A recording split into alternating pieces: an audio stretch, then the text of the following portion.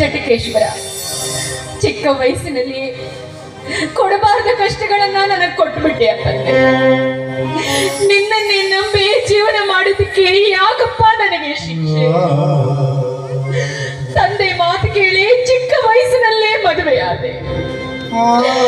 2 ಮಕ್ಕಳ ತಾಯಿ ಕೂಡ ಆದೆ.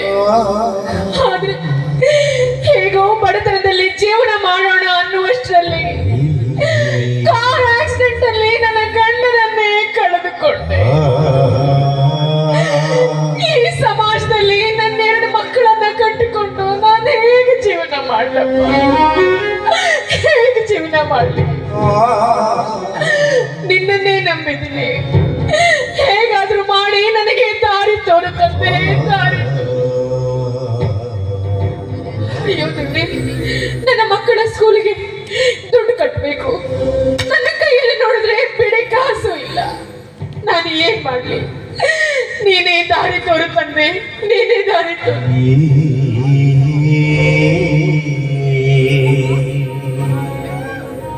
ಅಮ್ಮ ಬಂದೆ ಕಂದ. ಏನಾಯ್ತಮ್ಮ? ಏಕೆ ಹೇಗೆ ನಿಂತಿರುವೆ? ಯಾಕೂ ಇಲ್ಲ ಬಂದೆ. ಅಮ್ಮ, ಹೊಟ್ಟೆ ತುಂಬಾ ಹಸಿಯುತ್ತಿದೆ, ತಿನ್ನಲೇನಾದರೂ ಕೊಡಮ್ಮ. ಕೊಡ್ತೀನಪ್ಪ. ಮನೇಲಿ ಏನಿದೆಯೋ ನೋಡಿ ಏನಾದ್ರೂ ಮಾಡಿ